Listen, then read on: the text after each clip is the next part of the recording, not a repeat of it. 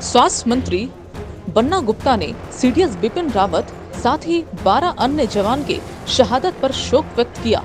इस मौके पर उन्होंने फोटो पर माल्यार्पण किया और दीप प्रज्वलित कर उन्होंने श्रद्धांजलि अर्पित की।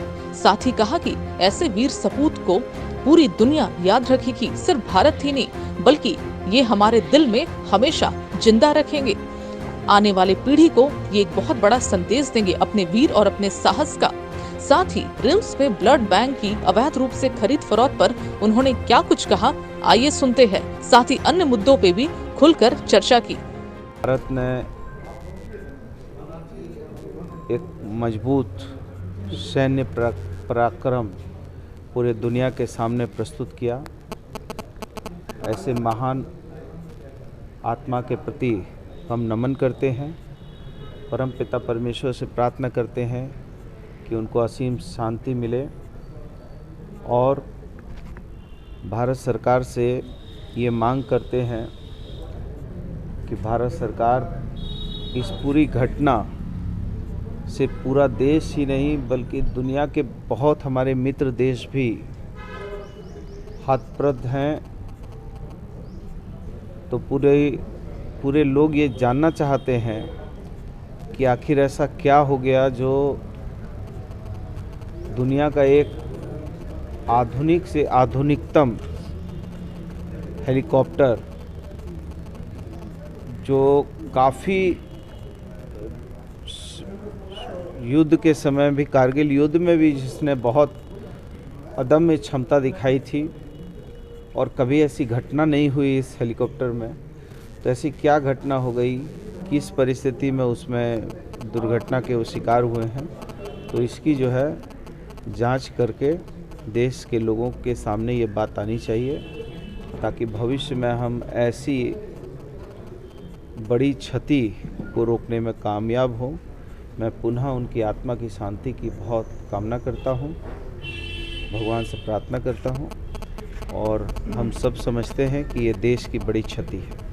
बन्ना जी, रिम्स के ब्लड बैंक में वैसा सुनने वाला करप्शन की बातें आ रही है कि ब्लड प्राइवेट हॉस्पिटल जैसा बिक रहा है, इतना महंगा बिक रहा है, इस पर क्या कहेंगे? क्या चीज़? रिम्स के ब्लड बैंक में प्राइवेट हॉस्पिटल इतना ब्लड का दाम हो गया, इस पर आप क्या कहेंगे? इस पर धरना भी दिया जा रहा है, इस पर क्या कहेंगे? रिम्स के ब्लड बैंक में हाँ ब्लड का जो दाम है बहुत ज़्यादा बढ़ा दिया गया, इस पर आप? देखिए, ऐसा है कि जितने भी हमारे सरकारी संस्थान हैं, आप हम सभी लोग जानते हैं कि ब्लड जो है ख़रीदा नहीं जा सकता है। वो क्रय करके यदि मिल जाता तो हम लोग भी क्रय करके दूसरे राज्यों से मंगा लेते। लेकिन चूँकि रक्त ऐसी चीज़ है जिसको क्रय नहीं किया जा सकता है, तो जो हमारे सरकारी अस्पताल हैं जो मुख्यतः मध्य वर्ग और गरीबों के लिए हैं, उसमें हम फ्री ऑफ कॉस्ट उनको रक्त जो है देंगे। लेकिन जो प्राइवेट अस्पताल हैं वो प्राइवेट अस्पतालों को भी हम निर्देश दे रहे हैं कि उन लोगों को भी अपने यहाँ शिविर लगाकर अपना जो आवश्यकता है ब्लड की, उसकी भरपाई करने के लिए उनको भी शिविर लगाना चाहिए और ब्लड जो है संग्रहित करना चाहिए। साथ ही साथ जो लोग आयुष्मान से किसी रोग के लिए लाभान्वित होते हैं, तो आयुष्मान में ये प्रावधान है कि उनको जो है खून के लिए आयुष्मान के तरफ से भी राशि निर्गत होती है। तो कुछ लोग इसके दोहरे लाभ को ले रहे हैं। तो हमारा ये कहना है कि हमने तो ब्लड ना बिक्री किया ना ब्लड को क्रय किया। ब्लड तो दानदाताओं ने और ब्लड जो है मरीजों के परिजनों के सौजन्य से ही ब्लड जो है मिलता है और हम लोग जो है शिविर लगाते हैं। हम पूरे उन दानदाताओं को, उन समाज सेवी संगठनों के प्रति आभार व्यक्त करते हैं जो इस मानवीय काम को करने का बीड़ा उठाते हैं। उनके प्रति हम लोग सम्मान व्यक्त करते हैं। लेकिन चूंकि प्राइवेट संस्थानों की भी नैतिक दायित्व है कि वो अपने मरीजों के लिए भी वो शिविर लगाएं और आयुष्मान से जो लोग लाभान्वित हैं उस आयुष्मान का भी पैसा का उनको जो है राशि जो मुहैया है वो डबल ये कहीं ना कहीं ब्लड जो प्राइवेट संस्थान में ये हो रहा है, इसमें कुछ न कुछ कमी खामियां हैं, गड़बड़ियां हैं, उसकी जांच भी चल रही है और उसको हम लोग दूर भी करेंगे। ओमिक्रॉन को लेकर के क्या खास एहतियात सर, जीनोम सीक्वेंसिंग की मशीन सर कब तक लग जाएगी झारखंड? जीनोम सीक्वेंसिंग की मशीन हम जल्द ही लगाने जा रहे हैं। 2 मशीन लगाने जा रहे हैं, एक रिम्स में, एक जमशेदपुर में। और जो ओमिक्रॉन आया है उससे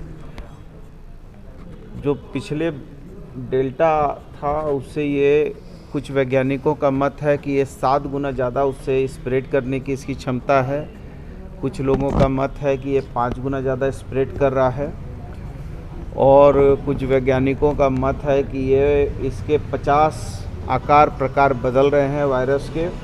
कुछ की मान्यता है 30 प्रकार से बदल रहे हैं। तो बहुत सारी चीज़ों के अभी जांच होने बाकी हैं, तो आधिकारिक तौर पर हम इसकी बहुत पुष्टि नहीं कर सकते हैं। लेकिन ये सही है कि ओमिक्रॉन का दुष्प्रभाव नहीं पड़े, इसके लिए सरकार चिंतित है। और आज भी हम माननीय मुख्यमंत्री जी के नेतृत्व में एक बैठक भी कर रहे हैं। और जो ओमिक्रॉन आया है उससे जो पिछले डेल्टा था उससे ये कुछ वैज्ञानिकों का मत है कि ये 7 गुना ज़्यादा उससे स्प्रेड करने की इसकी क्षमता है। कुछ लोगों का मत है कि ये 5 गुना ज़्यादा स्प्रेड कर रहा है और कुछ वैज्ञानिकों का मत है कि ये इसके 50 आकार प्रकार बदल रहे हैं वायरस के।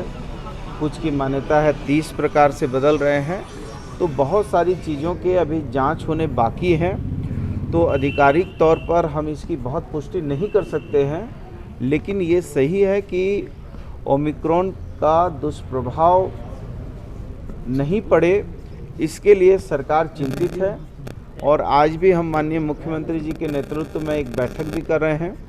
और हमारा राज्य पूरी तरीके से चाक चौबंद है। और हमने जो वैज्ञानिकों ने शुरुआत में ही 3rd वेव की बात कही थी, उस 2nd वेव में ही हम लोगों ने 3rd वेव और 2nd वेव में ही अपने आप को पुनर्स्थापित किया है। उसको बढ़िया से हमने अपने आप को रीऑर्गेनाइज किया है, ताकि जो हमारे बच्चे हैं, अल्पवयस्क हैं, उन लोगों पर खतरे की आशंका, चूँकि 18 से नीचे का आप जानते हैं वैक्सीन भी नहीं है और बच्चों पर ही इस बीमारी के खतरे के बारे में बताया गया था। तो हम लोगों ने अपने NICU को, पीकू को, चाइल्ड मदर यूनिट को, इवन जो PSA प्लांट है, उन सारी चीज़ों को चुस्त दुरुस्त करने का काम किया है। इवन जो हमारे बाल चिकित्सक हैं और बड़े चिकित्सक हैं, दोनों की पद्धति थोड़ी एक दूसरे से भिन्न होती है। उसको हम लोगों ने कोऑर्डिनेशन करके एक दूसरे की पद्धति को समझने जानने का हम लोगों ने व्यवस्था करवाई है। तो हम लोग पूरी तरीक़े से चाक चौबंद हैं। और इसके बाद भी जो इसके दुष्परिणाम आने की संभावनाएं होंगी, सरकार पूरी दृढ़ता और मजबूती के साथ राज्य की जनता के साथ खड़ी हुई है, इसलिए कोई भय की जरूरत नहीं है। रावत से रिलेटेड है कि एक एक करके पूछ, एक मिनट रावत से रिलेटेड है एक एक करके पूछ लीजिए भाई।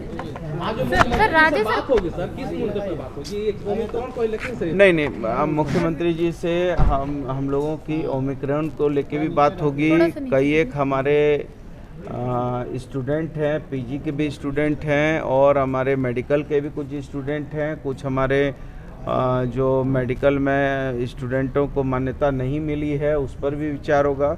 तो हम लोग स्वास्थ्य से लेकर आने वाला जो है ओमिक्रॉन वगैरह सारी चीज़ों पर हम लोग चिंतन मनन करेंगे। ऐसी ही तमाम खबरों के लिए आप देखते रहिए द नेटवर्क, जनता के लिए, जनता के साथ।